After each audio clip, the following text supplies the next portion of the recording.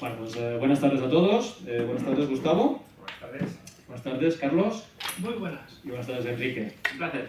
Bueno, estamos en la presentación del libro, me voy a poner las gafas, del libro La mejor historia de 5 jamás contada. Y nos acompañan los 3 autores, Gustavo Higuero, Carlos Jiménez y Enrique Douglas.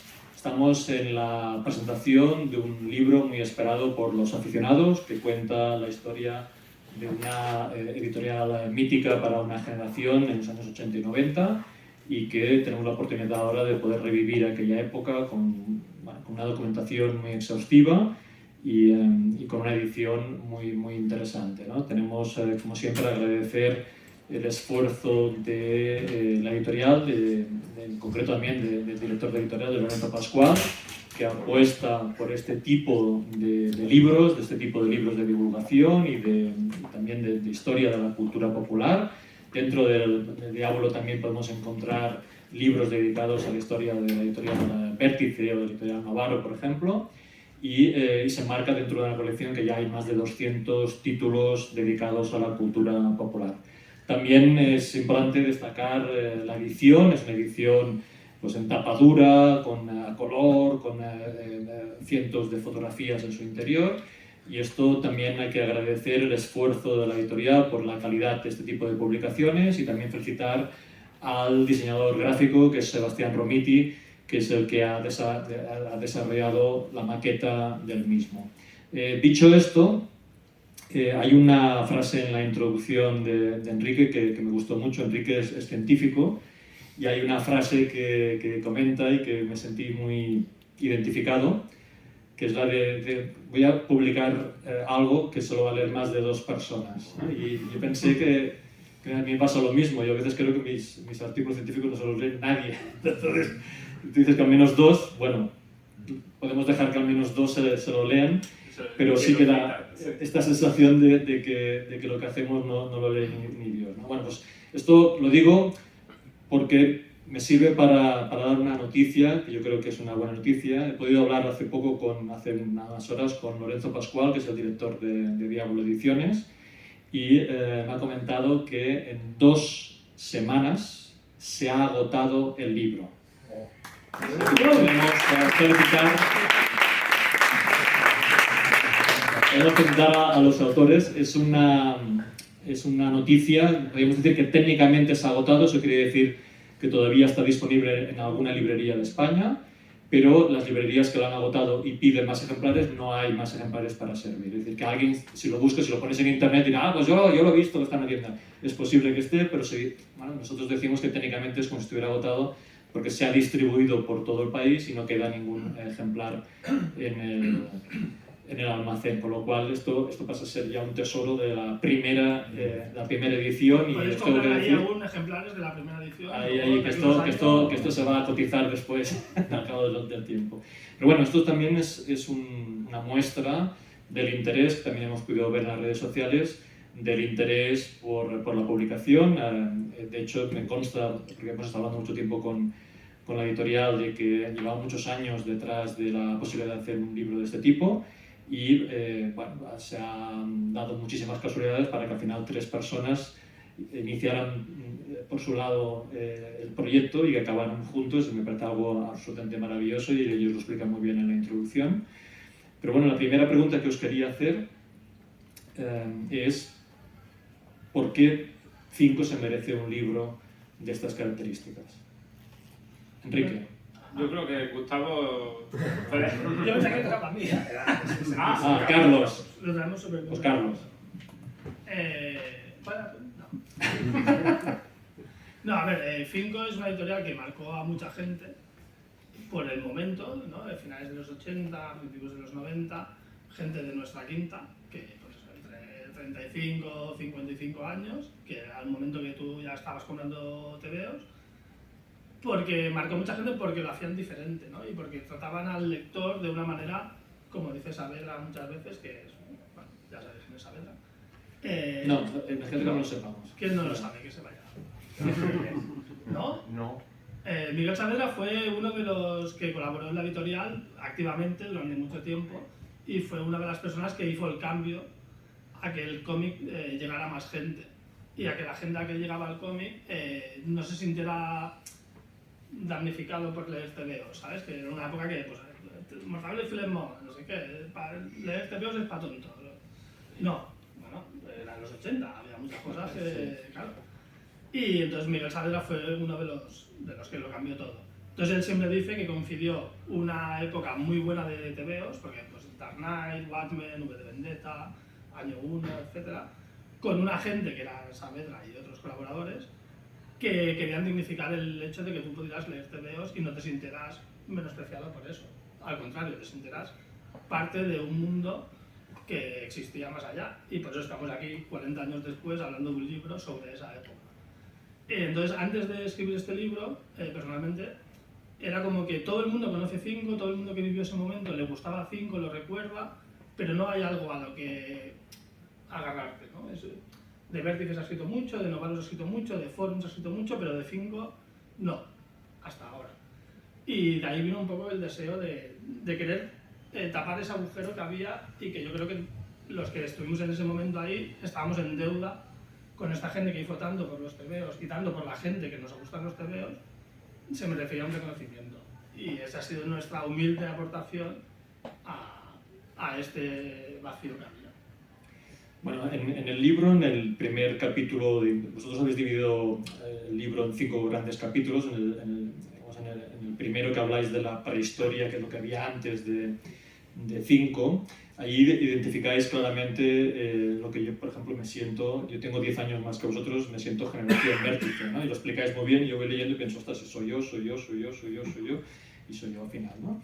Pero lo que es cierto es que lo que viene después es la generación 5, ¿no? En ese sentido, justamente ahora estabas hablando de uno de los colaboradores del libro, que ha sido muy, muy importante, que como es Miguel Saavedra, también con la colaboración de Francisco José Campos. Pero bueno, Miguel es una de las personas que estuvo al frente de toda la parte de superhéroes. Y hay una frase de Miguel que me parecía muy, muy interesante, que decía: no solo se trataba de reivindicar los cómics de superhéroes, sino también la de sus lectores. Es decir, como si nos viniera una época en la que leer TVOs de superhéroes era como algo infantil y tal, ¿no? De hecho, me voy a permitir comentar uno de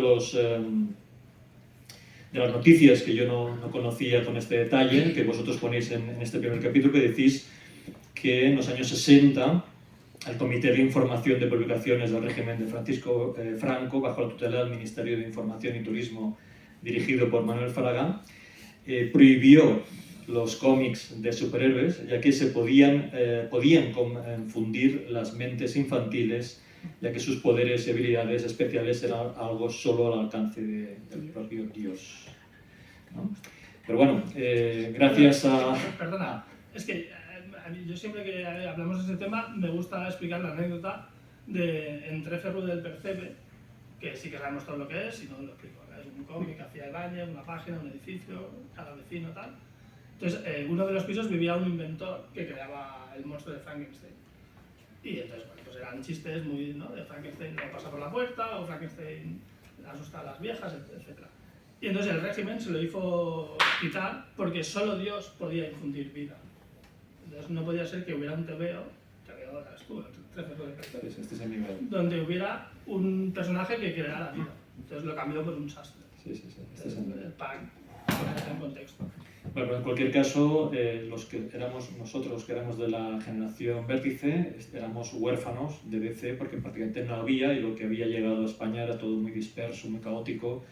Y claro, si yo les digo al auditorio quién era Ciclón, igual algunos lo saben, pero otros seguramente no, ¿no? Bueno, Ciclón era como se bautizó en España Superman en los años 40, ¿no? Para que os hagáis una idea del nivel de modificación y transformación en que llegaban las obras aquí a España, ¿no?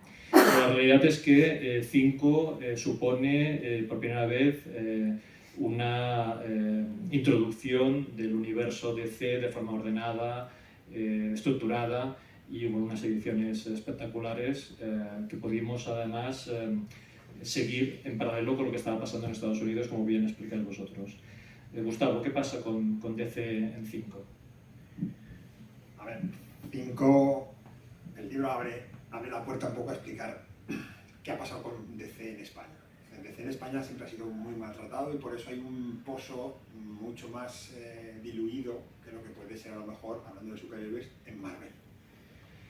¿Por qué? Porque se publicaba muy poco, se publicaba muy mal y siempre se publicaba lo mismo. Es decir, lo mismo es, siempre estaba Batman y Superman. Era como el día de la marmota con DC. Entonces, claro, es difícil crear un pozo dentro de la sociedad si te limitas solo a esos dos superhéroes.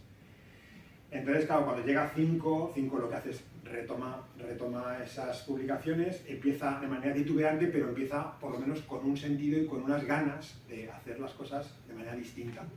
Darle esa continuidad, darle ese empaque y esa profesionalidad a lo que sería DC, con un abanico ya más, un espectro más grande de superhéroes. Claro, la llegada de Saavedra y de Sergi Gras es cuando, digamos, es la mutación final, porque es cuando quieren ya mantener formatos, vamos a seguir en los eventos en Estados Unidos, vamos a intentar ir en paralelo con las colecciones para que haya leer Superman y leer Millennium vaya a la par. Ese tipo de trabajo no se había hecho nunca en este país. Entonces, claro, 5 ahí rompe por primera vez en lo que es DC esa norma y profesionaliza el universo DC. Y es fundamental, por eso, claro, llega la conjunción, lo que ha hecho Carlos, se conjuntan unos cómics maravillosos, que es una época dorada para DC, junto con una editorial que decide que hay que darle cariño de verdad y cuidar esas ediciones y cuidar ese material. Claro, pues es el momento mágico para que todo se conjugue y genere lo que estamos hablando, esa generación 5, ¿no? En la que todos empezamos a conocer a lo mejor Superman de una manera distinta, Batman, pero es que entonces llegaba Wonder Woman, llegó Crisis, llegó Question, había muchos superhéroes de 5, de DC, que estaban publicándose y hasta entonces nadie sabía nada. Y todo eso además apoyado con material adicional, es decir, eran muy conscientes de que llegaban y aterrizaban sobre una sociedad que apenas conocía mucho más allá del murciélago y del hombre de acero. Entonces, ¿qué hicieron? Tanto Sergi Gras como Saavedra, pues lo que hicieron fue dotar a los cómics de información adicional con lo que poder aterrizar bien. Si vamos a sacar una serie de Linterna Verde, pues vamos a poneros en contexto a Linterna Verde. Vamos a hablar de Question, pues os ponemos en contexto a Question. Con Crisis, que fue el punto de inflexión grande de la editorial, pues bueno, hay todo un almanaque dentro de la edición de 5 que a día de hoy, aunque ha habido ediciones mucho más grandes, bonitas y con tapadura y con muchos colores, sigue siendo una de las más completas y más interesantes del mercado. ¿Por qué? Pues porque había un montón de material adicional que hablaba de todos los cómics que pivotaron y gravitaron alrededor de ese gran evento y hablaron de autores, de personajes, de cómics, de series. Pues es algo que no tiene precio. Entonces, ya no solo es Crisis, es lo que acompaña a Crisis. Y así con todo. Entonces, eso es la labor principal de 5 fue esa. Coger DC y hacer que brillara por primera vez con todo su esplendor. Esa es la gran magia, vamos, de 5. Sí, y además esto lo hicieron durante 14 años, que hasta la fecha es la editorial que más tiempo ha dedicado, por muy poquito, pero es la editorial que más tiempo ha dedicado a la publicación de DC, ¿no? En concreto es entre 1983 y 1997, y esto dedicas una gran parte del libro a explicar cómo se publicó este universo DC en España, que es muy complejo, muy completo. Pero no es lo único que, por lo que conocemos 5. Es decir, 5, de hecho yo he descubierto libros que tenía en casa que no pensaba que eran de 5, o revistas, y de pronto descubrí, ostras, pues esto también es de 5, ¿no? Es decir, que hay todo un universo paralelo, hablando en términos de superhéroes, ¿no? Hay otro universo paralelo al de los superhéroes que también tenía como 5 como los promotores de esas publicaciones de muchísimos ámbitos, ¿no? Revistas y otro tipo de cómics que no eran específicamente de superhéroes, ¿no? Bueno, de hecho, eso es un poco lo que hablamos cuando hablamos de la historia editorial de 5. Es verdad que de hecho no surge con DC. 5 empieza amparada por otros, le prestan publicaciones a otra editorial, que eran como acuerdos entre los que verdaderamente ponían el dinero, ¿no? Los jefes de las empresas que tenían esas editoriales. Y empieza con mucho material erótico italiano o publicaciones de fumetti ya con más o menos calidad. Durante un tiempo fue famosa por eso, hay mucha gente que la conoce solo por eso. Pero en el momento que ya se completan los acuerdos, que pensamos por cómo fue todo y por los derechos que tenían uno y otro, era lo que se pensaba desde el principio, crear esta editorial para publicar DC, es cuando ya sale, empiezan a publicar al principio unos títulos titubeantes. También se siguen añadiendo series inglesas, series americanas, series italianas, pero siempre al mogollón, o sea, sin mucho cuidado a la edición o casi sin clasificar. Luego, a partir de que entran Saavedra y Gras con DC, como ya ha explicado Gustavo muy bien, sí se presta mucha atención, pero se empieza a contagiar, ¿no? Entonces, en la editorial, Torres, que era el director, empieza a gustarle ese camino, ¿no? Dice, ostras, me gusta mucho más publicar con calidad, con este tiento, y parece que en el fondo ve también que no había revistas especializadas como hay ahora, pero hay algunos libros que hablan de 5 como editorial a la altura de la bazofia, y luego de pronto ya empieza a aparecer en revistas especializadas, 5 está publicando material, está haciendo, y eso le gusta, ¿no? Entonces se lanzaron también a publicar, fueron de los primeros que lanzaron juegos de rol. Estaba también otra editorial barcelonesa haciendo lo propio, lanzaron con Dungeons and Dragons, tuvieron mucho éxito.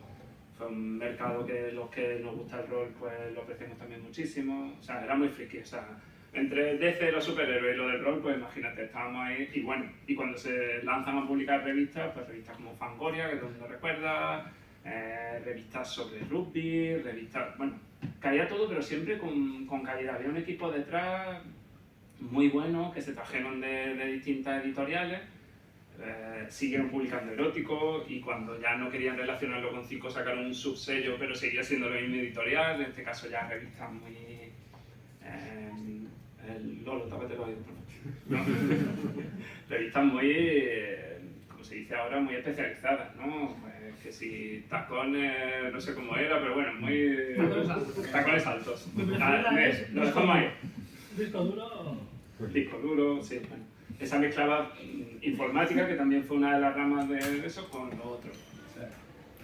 En fin, se lanzaron a muchos tipos de publicaciones, pero ya a partir de ahí siempre con un nivel de calidad, coparon el mercado y eso cuando empezamos a investigar, porque es verdad que somos unos fanáticos de DC que quisieron rendirle tributo a la editorial que nos había traído tanto placer en ese momento, pero cuando empezamos a escarbar, al final yo creo que son los capítulos que más hemos disfrutado cuando nos ponemos con otro tipo de publicaciones. Publicaron europeo, publicaron, bueno, yo qué sé, independiente americano, publicaron de español también, continuaron la labor de Tomtime, hicieron un acuerdo con la mítica editorial de barcelonesa que había hecho tanto por el cómic español, y llegaron a continuar Cómic Internacional, que era una revista épica en España. No duró mucho, pero bueno, se lanzaron a todos los palos. O la Cosa del Pantano, que hicieron el tercer volumen, siguiendo el mismo formato de edición, y eso fue, para los aficionados fue como muy entrañable. El Taña había cerrado, ¿no? Sí, sí. Pero bueno, hay que explicar, para situarnos, ¿no? En el contexto de la industria del cómic en los años 80 y 90, en el que se transforma la forma en que compramos los cómics. Hasta ese momento se vende básicamente en los kioscos. El hecho de que se vendan los cómics en los kioscos implica que necesitas una gran distribución, un poder de distribución para poder llegar desde el almacén a todos los kioscos, digamos, de todas las calles de España. Y por otro lado empieza el boom de las librerías especializadas, que son librerías especializadas porque solamente venden cómics, ¿no? Que hasta ese momento no existían esas librerías, ¿no? Y esto también tiene importancia precisamente por los socios que ayudan a montar esta editorial, y que al final estos socios que son distribuidores y que son los que se encargan de llevar esos cómics a los kioscos acaban mandando sobre qué se puede publicar y qué no, porque, ¿no? Tienes deudas con esta gente, y al final estos son los que acaban diciendo, pues vamos a hacer solamente aquello que ganemos mucho dinero y con eso puedes pagar lo que algo así, ¿no? Sí, bueno, se explica un poco que el dueño de 5 era el dueño de Coedis, que era la distribuidora, que tenía un monopolio brutal de publicaciones, y claro, en algunos aspectos decían lo que sí y lo que no, y en otros era como, venga, publica y ya no la apañas. Podían hacer apaños entre la editorial y la distribuidora, porque eran ellos mismos. Sí. Pero yo he encontrado números que me parecían absolutamente más a bajada, es decir, que en un mes salían decenas de revistas de la misma editorial que no eran competencia directa entre sí, pero bueno, que al final, como dices, eran tan de nicho que, claro, la posibilidad de que se arruinaran en alguna de ellas era muy fácil, ¿no? Entonces, era como una especie de peligro continuo de que acabaran cerrando las colecciones, ¿no? Bueno, es muy curioso porque Campos me ha contado que la misma, o sea, Coeli era de la familia Cadena, me parece, era el gran empresario, ¿no? Pues dentro de la familia había otro que tenía otra editorial y competían entre sí. Claro. Decían, nuestro objetivo es superar a la otra. Y decía, pero no sois la misma familia. Bueno, o sea, Falcon Crest. Falcon Crest, o sea, eso habría que analizarlo, habría que hacer otro libro de los rollos. Bueno, no solo eso, sino que también en algún momento comenta, en el texto de Breve de Campos, que comenta que la parte erótica hace ganar dinero que sirve para tapar los agujeros de las partes que no sean tan eróticas. Es decir, que luego criticamos esta parte, ¿no? Y tal, y resulta que es la que da el dinero para poder vivir, ¿no? Pero bueno, también porque al final Cinco era una editorial muy pequeña. Era una editorial de Barcelona que había empezado poco a poco y se había podido expandir y tal, pero su competencia, que era Forum, era Planeta. Claro. O sea, Planeta es un gigante que arrolla con todo, que cuando Cinco empezó a superar en ventas, empezaron a sacar más series para que copar el kiosco, copar las tiendas, para desplazar a Cinco. Entonces, el gran mérito de Cinco fue, aparte de los cómics que había para publicar, mantener ese nivel de calidad durante mucho tiempo hasta que ya no pudo. Pero claro, al final tú no puedes competir, es como, no sé, hablando de fútbol, que es un ejemplo claro, que sí, mucha sí, gente puede entender, sí. ¿no? Es como lo que el Girona, no va a ganar la Liga, ¿no? Bueno, pero ha estado ahí, o sea, ya ha competido muy bien. Sí. Cinco fue un poco eso, y es una cosa que la gente al final no tiene mucho en cuenta, ¿no? Es como, no, es que Ferró sacó los tomos estos otoñales que no valían para nada, tal. No, al final no fueron tan buenos, ¿no? Es que no podían hacerlo mejor porque era lo que era. Bueno, porque también yo creo que hay un momento también de cambio de la propia industria desde el punto de vista de... Hemos hablado de la distribución, pero también la impresión también está cambiando. Ahora, luego hablaremos de que es un formato otoñal, que esto también me ha parecido fascinante. Pero para continuar con el tema de las revistas, un poco recordar también al añorado Luis Vigil, ¿no? Que es una de las grandes referencias para todos nosotros y que al final fue el gran impulsor de diferentes cabeceras, de diferentes revistas, de cómic, de ciencia ficción, de cine, de terror, etc. Y yo recuerdo, que claro, yo las tengo todas y las tenía como un gran tesoro en casa, que siempre en el último número siempre acababa con una bronca de por qué estamos haciendo esto con tanta tal. Y entonces habéis puesto una frase que aparecía en la portada del último número de SFX, que decía, en la portada ponía, y la gran llorera final del equipo de SFX en la lacrimógena despedida. O sea, la sensación que tenía yo es que nos estaban pegando la bronca a los pocos que les comprábamos. No sé si tenéis también esa sensación. Gustavo, ¿tú qué está la revista? En Comic Stand, Fangoria, Star Fiction, todas las revistas tuvieron pues, su recorrido. Y siempre al final Vigil se reservaba siempre una carta, y es cierto que parecía que estaba castigando, no sé, echaba en cara el hecho de que tenían que cerrar la revista porque no había llegado a los objetivos, ¿no? Y claro, me parece que te reñían a ti que la estabas comprando todos los meses, no en plan de, joder, pues estoy contigo, es decir, a mí no me riñas. Pero claro, tampoco había otro pedestal desde donde hablar. Entonces, claro, no había redes sociales, ¿no? Claro, entonces a lo mejor si hubiéramos tenido otro pedestal, a lo mejor Vigil hubiera usado otros métodos, ¿no? Para decir, señores, esta revista que compran X personas se deja de hacer porque no hay más X personas comprándola, ¿no? Yo creo que las revistas fueron fundamentales porque yo creo que educaron a la sociedad para lo que luego ha venido más adelante. Es decir, yo creo que, por ejemplo, esto es antes que Dolmen, antes de muchas revistas del medio, ¿no? Entonces, bueno, teníamos cine de terror, teníamos ciencia ficción, teníamos cómic, una amalgama un poco de las tres, a veces cada una hablaba un poco de todo, pero luego estaba SFX, luego tenía la de como he visto, de Dragón, la mítica revista Dragón, de rol también, es decir que al final Cinco era muy coral a la hora de publicar, pero también no le temblaba el pulso a la hora de tener que cortar, es decir, si algo no daba dinero, desaparecía. Tampoco eran unos románticos de la edición. Es decir, ahí hemos visto a lo largo de todo el trabajo que hemos desarrollado, si algo no funciona, se acaba. No hay nada de expectativas. Bueno, entonces al final, bueno, se iban moviendo en el mercado como podían, pero sí que es cierto que en todas estaba Luis Vigil trabajando como el que más y bueno, fue contratado exclusivamente para poner en marcha toda la línea de revistas de Cinco. Y venía de trabajar con revistas y fue atraído aquí para poner en marcha todas. Así que bueno, una pieza clave también, junto con Campos. Los dos, digamos, llevaban el peso pesado de las revistas y el rol. Y bueno, fue su manera de, digamos, de diversificar en un momento en el que el mercado se puso muy difícil, porque llegó a los años 90 y la crisis fue gorda. Era muy problemático para todos los editoriales y para los que vendían cómics, ¿no? Curiosamente, nos hemos dado cuenta de que ignoró un fenómeno que entonces estaba creciendo, que era el manga. El Cinco nunca miró el manga de frente y apostó pues, más por lo que hemos dicho, cómics europeos, cómic nacional, franquicias de televisión. Era muy ecléctica en ese niño, pero el manga nunca jamás se puso en serio a estudiar la posibilidad de poder ir en esa dirección, que a lo mejor hubiera cambiado las tornas, pero no apostó por ese camino. Pero bueno, estamos hablando de los años 80 y 90.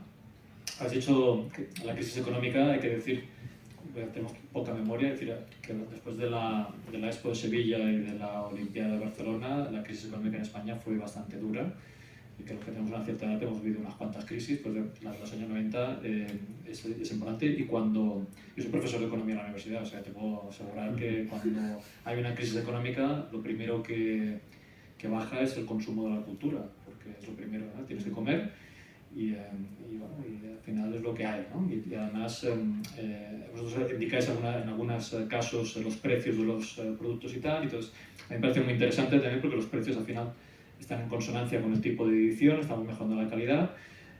Cuando hablamos, por ejemplo, del formato otoñal, que me ha gustado muchísimo, el formato otoñal se refería a cómics que estaban tan mal editados que cuando los abrías se caían las hojas, ¿no? Entonces eso se llama formato otoñal. Bueno, pues la verdad es que algunos cómics realmente eran muy cutrillos, digamos, pero había otros que no, que estaban editados con tapa dura, y yo creo que fueron de los primeros también que vieron la idea de publicar digamos, el concepto de novela gráfica en el ámbito de superhéroes y tal, pues que ellos fueron de los primeros también. Pero bueno, lo que sí que es también importante entender que ellos llegan en un buen momento para DC, porque venimos de las películas de Superman y engancha con las películas de Batman de Tim Burton de los años 80. Y esta ola, digamos, de Superman y de Batman va muy bien porque permite coger público nuevo en las lecturas y empiezan a editar justamente con una Superman 3, creo, si no me equivoco. O sea, empiezan con el cómic de la adaptación de Superman 3 y también yo creo que son muy innovadores en la forma de editar, ¿no? La forma en que, ¿no? El formato, la calidad, las secciones, explicar un poco cómo este fichaje, digamos, de Sergi y de Saavedra transforman lo que habíamos visto hasta entonces, que estábamos en ese momento con Forum, porque ya habíamos perdido el Vértice y Surco, estábamos en ese momento con Forum y esta gente, estos dos chicos muy jovencitos, cambian completamente la forma de editar cómics de superhéroes. Hombre, hay que decir que Forum ya fue la primera que empezó a dar continuidad, que era lo que más se echaba de menos, ¿no? Que ya podías seguir número a número las colecciones que estaban en Estados Unidos, que fue la primera, yo lo entiendo que tuvo esa... Antes comprábamos un cómic y no sabíamos si veríamos la continuación. Efectivamente. Y también podría pasar que el siguiente número no se siguiera del anterior, eso también podría pasar. Y también Forum fue la primera que introdujo los correos, eso tampoco se puede negar que con distintas personalidades de los que respondían a los correos, que a los que nos gustan los cómics en esa época los conocemos todos. Sí. Pero eso, 5, pues por ejemplo, ya los que respondían a los correos eran Saavedra Gras y otra gente y firmaban con su nombre. Bueno, Sergi Gras firmaba como Sergio Pradera, no sé si era una pequeña broma suya o eran otros tiempos, pero en fin, que no era un mote tipo Dr. Loki o algo así, ¿no? Y sobre todo lo que ya ha dicho Gustavo, lo de añadir información para que no te perdieras de dónde viene este personaje, aparecían entrevistas a los autores. Yo creo que estuvieron a la par, que tampoco quiero decir siempre esa manía del Fórum 5. Fue un momento maravilloso para los seguidores de cómics, tanto de un lado como de otro. Sí, 5 sí tuvo esos momentos cumbre de introducir el formato americano, que heredado del Vértice los cómics eran muy grandotes, teníamos las bolsas especiales nosotros ahora para buscártelas para conservarlos en problemas.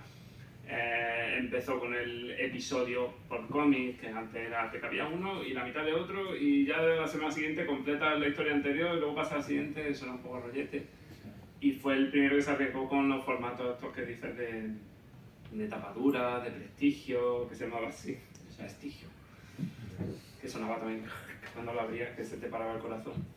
Pero bueno, le dan una calidad que ahora lo vemos todos los días. Ahora es que el cómic está en las librerías porque está la novela gráfica, que muchas en el fondo son una agrupación de grapas, pero lo llamamos novela gráfica, y por eso llega a una estantería de librerías, pero que en ese momento era muy raro, eran de kioscos, lo que tú has dicho, el kiosco es lo que le dio la distribución masiva. Sí. Luego coincide con el 50 aniversario de la creación de la editorial DC, y hay una renovación, y eso al final beneficia a los cómics de DC que, digamos, un poco después de publicarse en Estados Unidos, llegan aquí a España, ¿no? Claro, es que cuando Cinco empezó a publicar DC, aparte de que lo hacía en formato grande, partiendo episodios, sin secciones y tal, eran cómics, bueno, pues un poco de pasar el rato, ¿no? Pues Superman iba volando, había una amenaza, le daban 2 golpes, en fin. Batman seguía al pingüino, robaban una joyería, en fin. Bueno, y aparte son herederos del código, claro, bueno, y eran los 80 que iba un poco todo a la deriva, ¿no? Entonces fue coincidiendo con el 50 aniversario de DC, que DC publicó Crisis en Tierras Infinitas, que es un cómic que no sepa cuál es, por favor, ahí está la salida. Claro, es que ya, que no sepamos quién es Saavedra, vamos a pasarlo porque...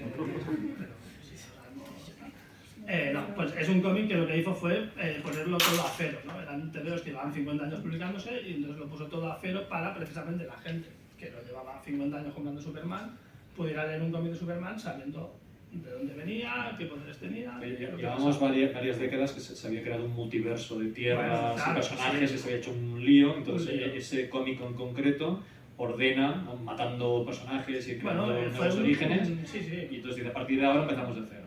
Fue como cambiar de la peseta al euro, o sea, 100 pesetas, no sé cuánto, ¿no? Media libra, pues ahora son 0,60 euros. Entonces al final todo el mundo se adaptó al euro, se adaptó al nuevo universo DC, y entonces coincidió que Cinco justo estaba medio empezando, vacilando a ver qué hacía, y les sirvió muy bien para empezar de cero también ellos. Y ellos habían vivido como una transición entre lo que había y lo que tenía que venir, y supieron subirse a ese carro muy bien. O sea, es lo que decíamos antes, coincidió unos TVOs muy buenos con una gente que los apreciaba y los quería cuidar, para que a la gente, los que lo comprábamos, nos llegara un producto digno, al final. Hubo varios momentos clave, ¿no? Porque ha estado Crisis, pero también hay la muerte de Superman. Explícanos un poco cuáles son los momentos más destacados que son importantes en la historia de Cinco y DC. Pues Crisis, lógicamente. Bueno, Crisis ahí es está el la primero. puerta para los que no... Si hubiera que buscar luego a lo mejor otro punto de inflexión fue cuando ya dieron el salto definitivo abandonando todo lo que serían los formatos que hemos comentado ya, pero realmente si nos hablamos en series de 5 de DC hay que hablar lógicamente de la muerte de Superman. Eso es, digamos, Halcón y Paloma, sí. Halcón y Paloma. Sería Halcón y Paloma. No, la muerte de Superman es clave porque al final es también como un...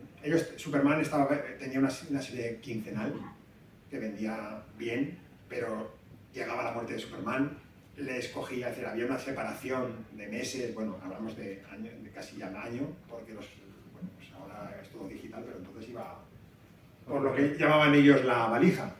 Entonces, claro, había mucho desfase. Entonces, claro, la serie iba muy desfasada con respecto a la muerte de Superman y hubo que dar un salto muy grande, entonces saltaron números para llegar a ese tomo famoso. ¿Por qué? Porque tendía... Claro, Saavedra entendió perfectamente que no podían publicar un año después la muerte de Superman. Entonces, claro, fue un momento editorial clave porque si sacaban la muerte de Superman un año más tarde, ya no merecía la pena leer la muerte de Superman. Entonces dieron ese salto y lo publicaron con muy poca diferencia respecto a Estados Unidos. Fue un hito importantísimo. En un tomo, pues bueno, que venía con una chapa de regalo, con la clásica S chorreando sangre, en fin, fue un tomo muy importante, difícil de leer, porque lo abrías y crujía y saltaban las páginas. Se considera que es una de las noticias del siglo XX no bélica, que es global. Sí, fue algo impresionante. Cancelaron la serie de Superman en Estados Unidos, porque claro, los distribuidores compraban los cómics meses antes, hacían los pedidos. Claro, si ellos veían que iba a aparecer la muerte de Superman, se rompía la magia del momento. Entonces, cancelaron las series de Superman en Estados Unidos, que también fue una notición.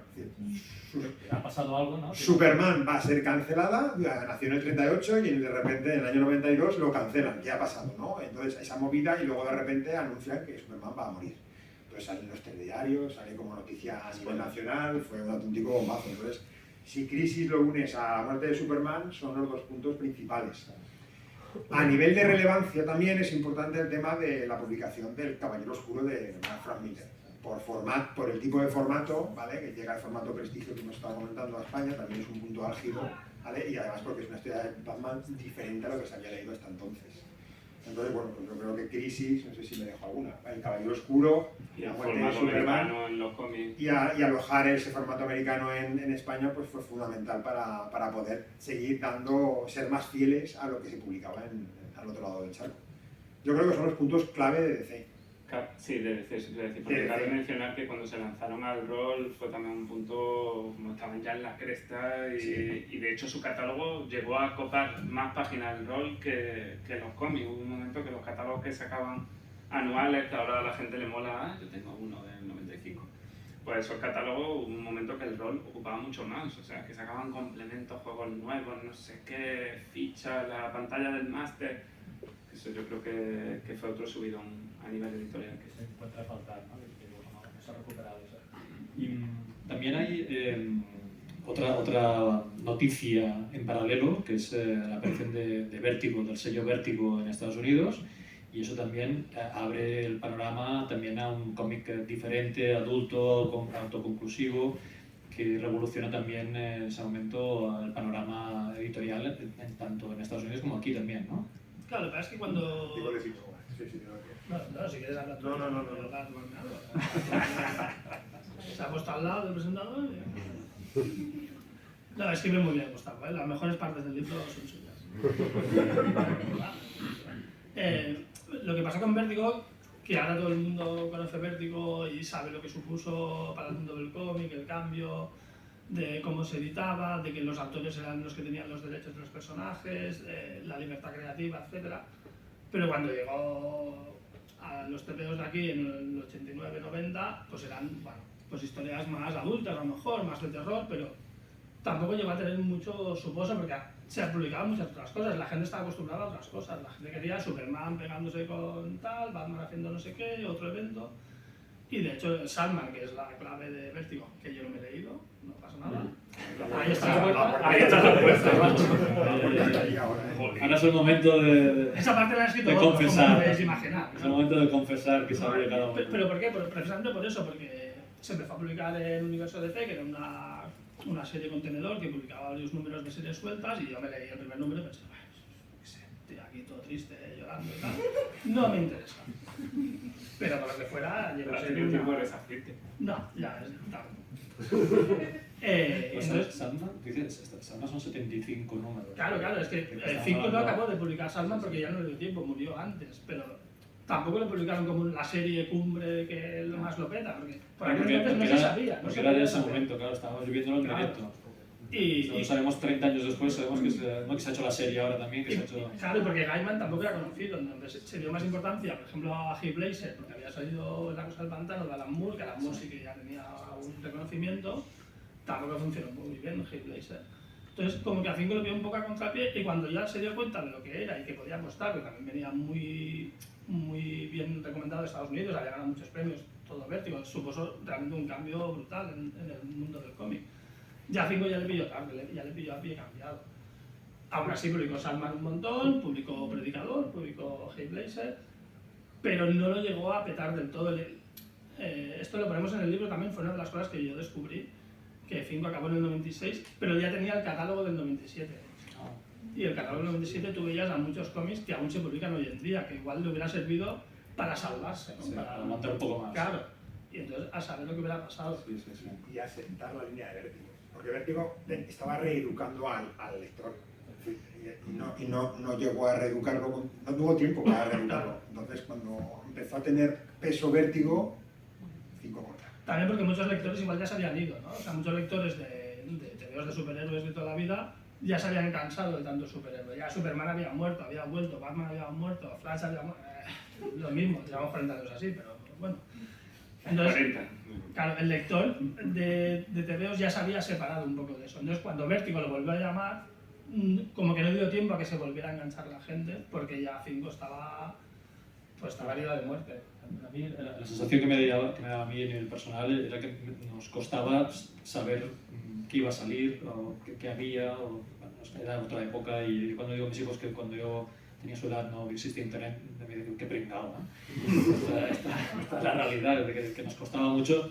Estas revistas nos ayudaban porque estábamos al día y, bueno, y por eso echábamos de menos también estas introducciones también de la editorial que nos situaban y nos ponían en contexto, ¿no? Claro, pero perdona, pero Fingo tampoco sabía que Vértigo iba a ser No, claro. el trabajo que iba a ser. Entonces, Claro. por eso empezó poco a poco, una píldora, a ver qué tal. Cuando vieron que realmente había público interesado en eso y tal, fue cuando intentaron explotarlo, pero de primeras fue como otra serie más, porque bueno, había tantas cada mes que nadie podía saber qué era el caballo. Bueno, y también, ahora hablando en negativo también, como lector, también es verdad que hubo muchas colecciones que se quedaron a medias, es decir, que cómics que eran 2 números, solo salió el primero y el segundo te quedabas ya el segundo cuando sale, y eso nos pasó en varios, Y ya estaba pensando, bueno, no es de 5, pero estaba el Watchman en tapadura de Glenad, que salieron 3 tomos de 6 y se quedó en 3 y no salió más. Que por cierto ahora he descubierto que las grapas que tengo de Watchman, ahora me puedo retirar si las vendo, ¿no? O algo así, ¿o no? Tampoco no. Watchman y V de Vendetta, ¿no? Me puedo retirar. Eso, al final mis hijos me van a querer por los cómics que tengo guardados. Pero el mercado estaba todavía tan poco maduro que cuando Watchmen llega al mercado publicado por 5, que sabían que había sido un gran cómic en Estados Unidos, llega a España y no funciona. Funciona mal, no vende. Entonces, claro, eso es un jarro de agua fría. Es decir, tengo un cómic que está al otro lado del charco ganando premios, que está recibiendo unas críticas descomunales, lo publico aquí con una edición total y absolutamente fiel a la americana, no tenía correos, es decir, seguía al milímetro la edición americana y las ventas muy bajas. Es decir, todavía estábamos, pues eso, es que al final son obras que ahora estamos viendo todos los días, reedición y reedición y reedición, y en su momento, yo creo que si no hubiera 5, no hubiera llegado en ese momento a publicarlas, a lo mejor hoy no estaríamos en el punto en el que estamos con estos trabajos que se editan. De que fue lo que formó o entrenó a los lectores.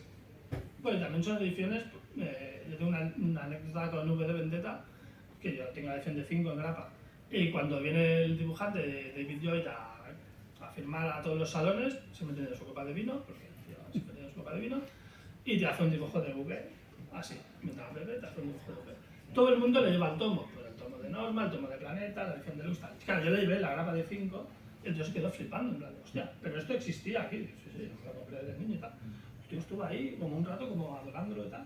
Primera edición. Claro, porque es que, y en grapa, es que, claro, yo soy muy defensor de la grapa. Watchmen también salió en grapa, no ha vuelto a salir. Bueno, se sacó una edición en grapa. Sí, pero todo junto. Sí. Pero, o sea, ya no es tanto la obra, sino también con el formato, lo que decía Gustavo, es el formato original tal y como salió en Estados Unidos. O sea, no lo hemos cambiado para nada. Y es el formato bueno, se ha hecho así, para leerlo así, para comprarlo cada mes. Entonces, eso es algo que también se ha perdido mucho. Y con 5 fue la primera vez, y en muchos casos la última. Yo quería, ya que tú lo has sugerido, que estamos aquí todos peloteando, es normal, hemos escrito un libro sobre la editorial, tampoco vamos, pero bueno, que tú pues un más o menos, y también se habla de ello en el libro, que no es para...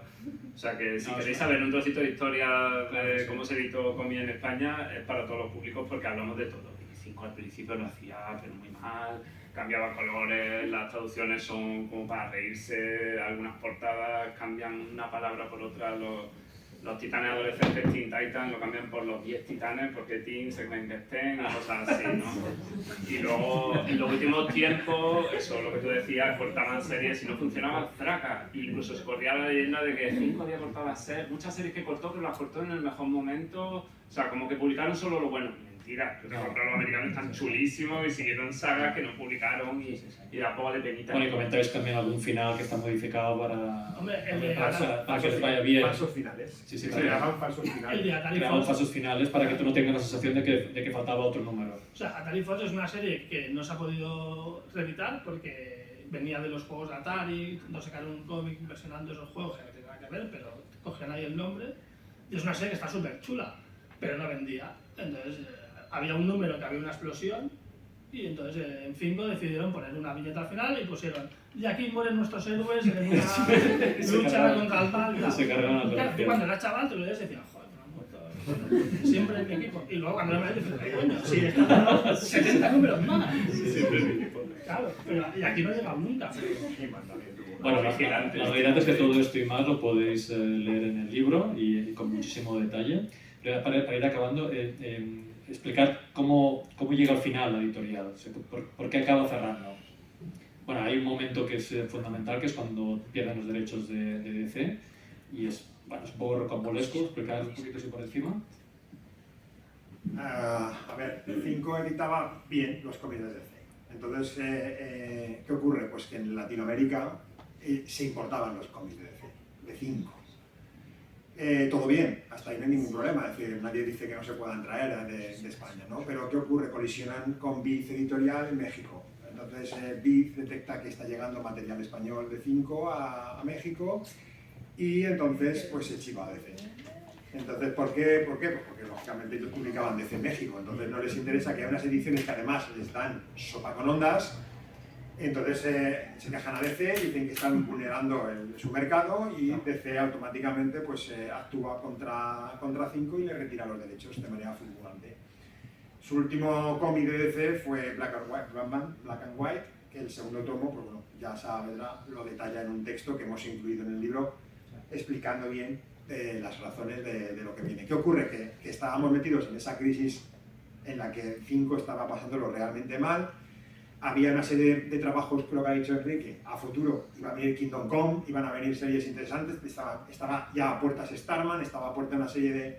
Había empezado el Flash de White, quiero decir, había cosas ya para empezar a mover otra vez el mercado, pero ya pasa esto. Entonces, claro, si estás ya un poco herido y te quitan una de las patas principales de tu digamos, entorno editorial, de tu catálogo editorial, pues fue cuando, digamos, la editorial ya no pudo... Fue una herida de muerte. Sí, pero Sí, se juntaron sí. más cosas. Y luego- Pierden en el mismo año que tienen los derechos de Dungeons and Dragons. TSR también corta, sí. Y Podría lo que- estar relacionado. Sí. E incluso, bueno, no sé si está relacionado lo de DC con Dungeons, creo que era por causas diferentes, pero No, fueron pero dos es que- juntas. Sí, pero bueno, que podría decir usted, si la gente pierde DC, igual van para abajo. Ah, eso es verdad. Preferimos no estar en el barco cuando están Sí. viendo. Y luego lo que tú has dicho, lo de los kioscos, que el mercado estaba cambiando. Ya la gente no compraba comida en los kioscos, empieza la tienda especializada, pero 5 se quedó justo ahí en ese momento. Ya. Bueno, también porque los cómics tampoco eran tan buenos como cuando También.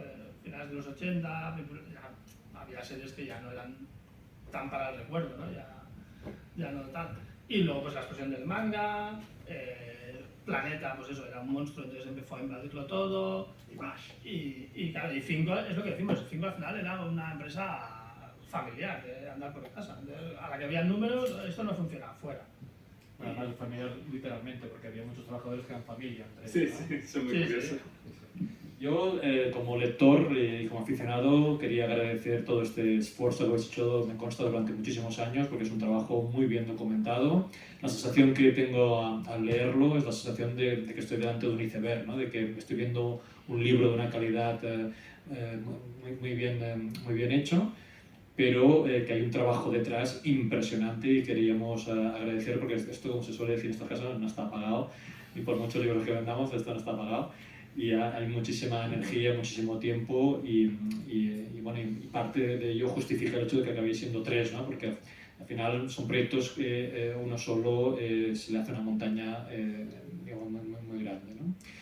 Para ir acabando, ¿queréis hacer alguna última intervención, alguna cosa que no hayamos comentado? ¿Queréis decir alguna cosa? Tú no te lo estás preparando.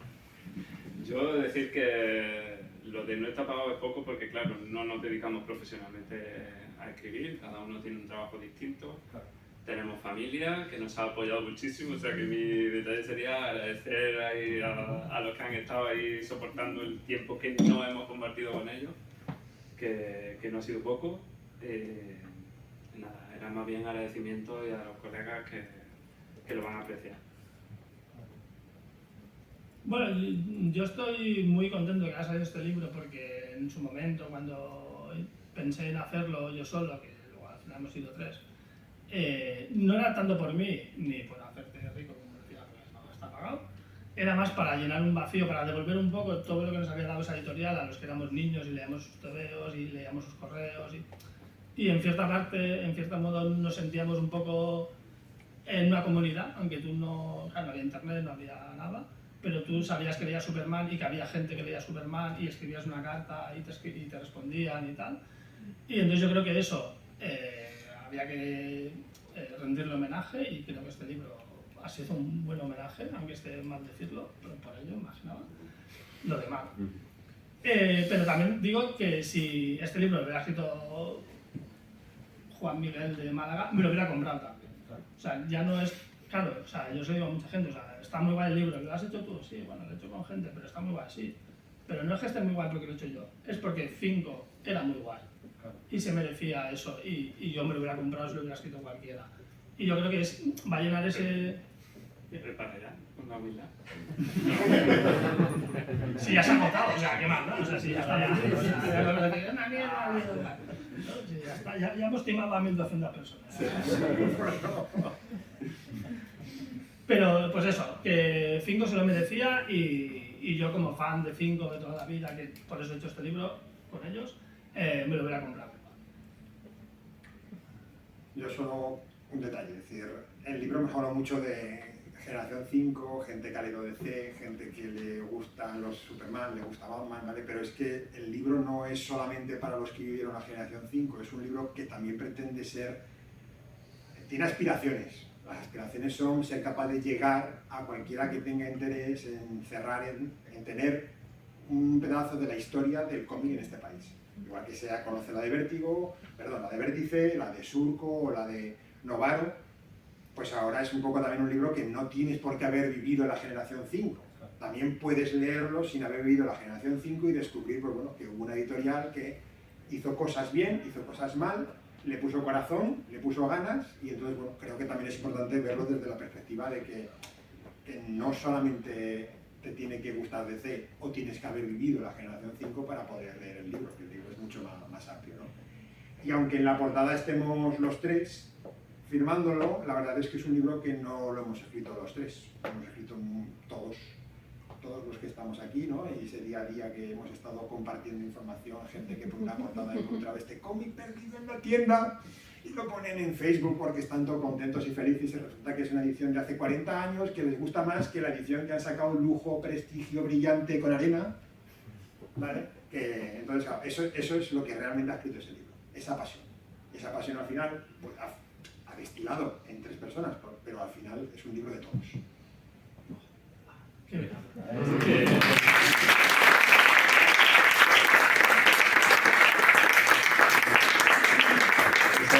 Me toca agradeceros vuestra generosidad, me consta la cantidad de horas que habéis dedicado y desearos muchísima suerte. Esta es la primera presentación oficial y formal que habéis hecho y espero que tengáis muchas más. Muchísima suerte y muchísimas gracias por todo. Hasta la próxima. Muchas gracias.